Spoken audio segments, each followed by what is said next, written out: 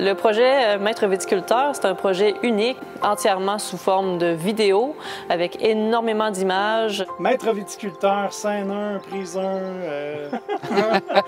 C'est aussi un cours complet qui aborde tous les aspects de la viticulture en climat nordique. Pourquoi la vigne est fascinante? C'est une plante pérenne et je pense que toutes les plantes pérennes sont des plantes complexes où ce qu'on voit sur le moment est le résultat des années précédentes. On commence cette capsule avec la définition de cépages, d'hybrides, de variétés.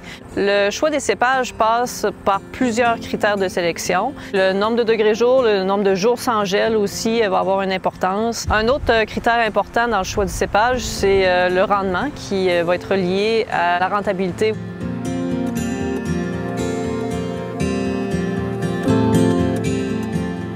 Les Vitis vinifera représentent actuellement 12 % des superficies, mais on voit quand même un engouement vers la plantation de ce type de cépage-là. On dit que la vigne aime souffrir jusqu'à un certain point, mais ce qui est sûr, c'est qu'on aime apporter ce dont la vigne a besoin et de pouvoir doser ce qu'on lui donne.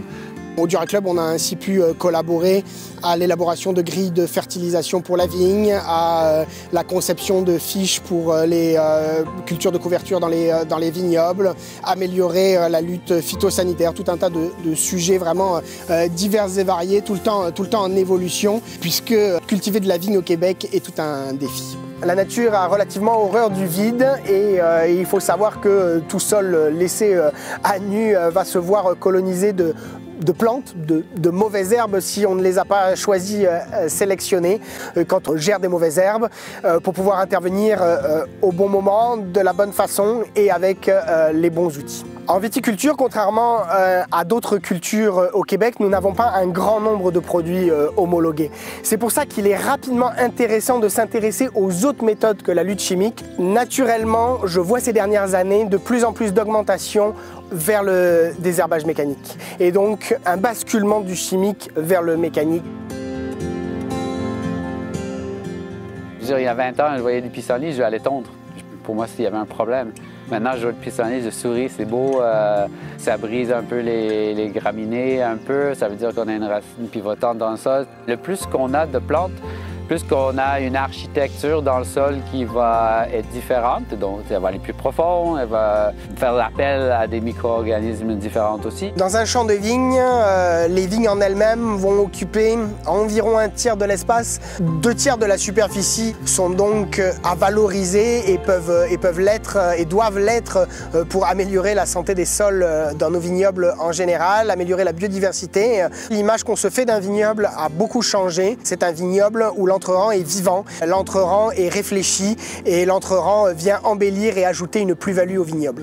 La croissance du système racinaire aussi va avoir un cycle, un peu comme le cycle aérien. En début de végétation, au début de la saison, il va y avoir un développement lent qui va être un petit peu décalé par rapport au débourrement pour avoir un pic de croissance au moment de la floraison. Ensuite, le développement racinaire va ralentir un petit peu, puis éventuellement pour pouvoir reprendre au moment de la véraison.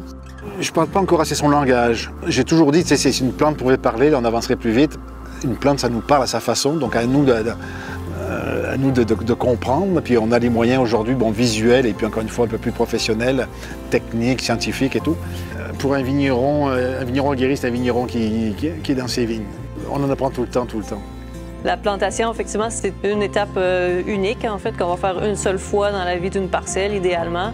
C'est essentiel de faire une bonne préparation de sol, de prendre le temps de bien faire les choses, parce que la vigne va être là pour plusieurs années. Une parcelle peut durer jusqu'à une trentaine, quarantaine d'années et plus. Le marquage, c'est une opération extrêmement importante parce qu'on veut avoir des rangées bien droites. D'une part, oui, c'est un aspect esthétique, mais c'est surtout un aspect pratique. On va vouloir mécaniser, on veut passer en tracteur. Quand on a fait notre palissage sur, par exemple, un guyot, on va avoir le fil fixe qui va tenir le fruit, évidemment. Mais au-dessus de ça, qu'est-ce qu'on a? On a une paire de fils releveurs qu'on va relever mi-juin. On ramasse tous les pousses ensemble.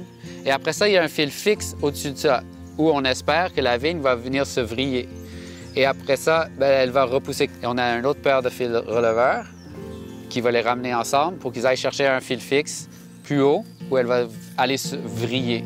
Il existe plusieurs types de palissages, de structures, de fils ou qui vont maintenir le feuillage en place. Ça se divise en 3 grandes familles. On a le palissage vertical où on va retrouver le cordon de Roya, on va retrouver la taille guyot, la taille gobelet. On peut avoir des palissages verticaux divisés comme le Scott Henry ou le Kniffen.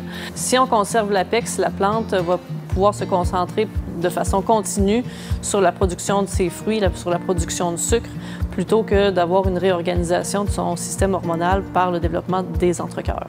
Le rognage, c'est quelque chose qu'on ne veut pas faire. Généralement, je pense que si on avait le site idéal, avec la taille idéale et la saison idéale, on n'aurait pas besoin de rogner. Je suis toujours impressionné chaque année le nombre de bourgeons de frontenac qu'on laisse parce qu'on a eu des gros problèmes avec des essais de vigueur. Des pousses qui sont énormes, grosses comme le pouce, des longueurs mais qui ne sont pas fructifères, les bois poussent trop vite. C'est ce qu'on appelle le balancement, d'arriver à balancer ton plan. Et le terrain pauvre, il contribue, le choix du terrain, il contribue. On peut passer notre vie de viticulteur et de conseiller viticole à travailler sur la vigueur. C'est un éternel recommencement.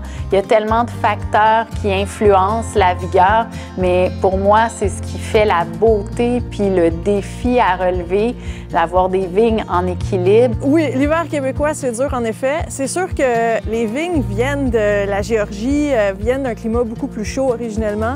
Donc quand on les amène dans notre climat québécois, avec la neige puis les températures qui peuvent atteindre moins 35 des fois, c'est sûr que ça, c'est vraiment un monstre. Ce qu'on remarque, c'est que peu importe le type de géotextile, la température en dessous va rester vraiment constante, surtout quand il y a de la neige. Maître viticulteur, la taille avec Isabelle Turcotte.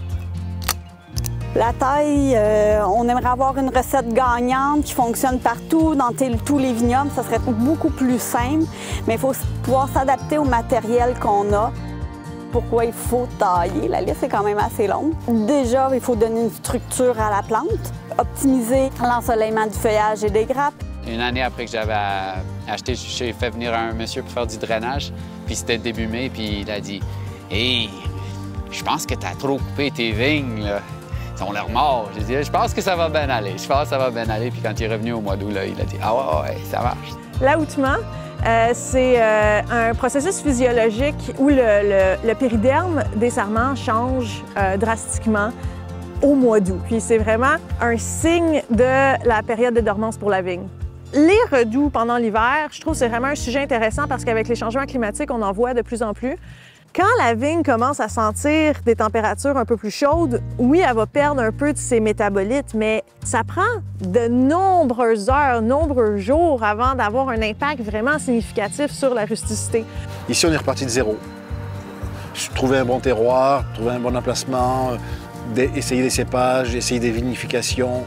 Il fallait repartir à zéro complètement. Puis Denham, quelle idée ce salade de Denham, c'est un coin perdu, ça me prenait une demi-heure à expliquer à un Montréalais où était Denham. Enfin bon, les sceptiques ont été confondus avec les années.